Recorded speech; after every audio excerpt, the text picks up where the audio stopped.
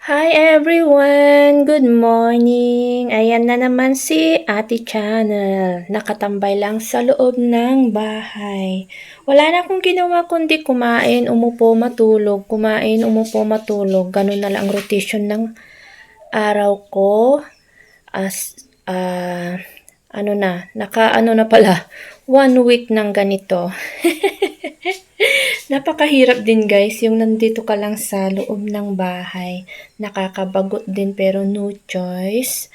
Wala nang ginawa kundi, pag napagod na akong umupo, mahihiga na naman. And then, pag natapos na namang nahiga, uupo na naman, kakain. Kaya, ayan, babalik na naman tayo sa pagiging taba-ching-ching.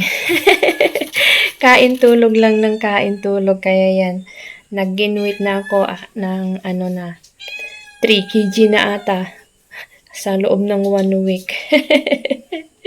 Kasi wala na akong ginawa kundi kumain, matulog, umupo.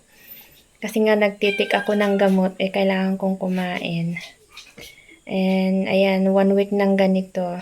Minsan nakakaano din, yung parang nasanay ka na may ginagawa ka araw-araw, din suddenly wala kang ginawa kundi umupo, matulog, kumain lang.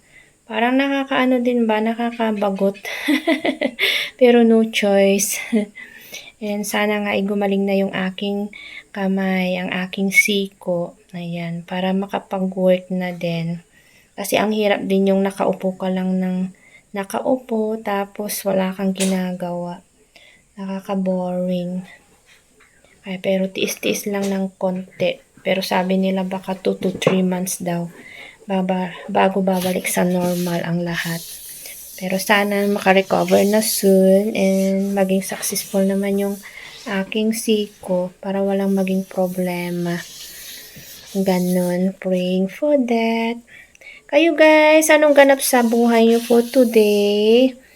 Kagaya ko rin ba kayong nakaupo o busy kayo sa work?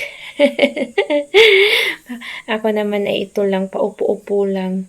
Pero, ayan, nawo-worried din sa aking mga work, lalo na sa aking mga alaga. Nakakamiss din yung aking mga pages.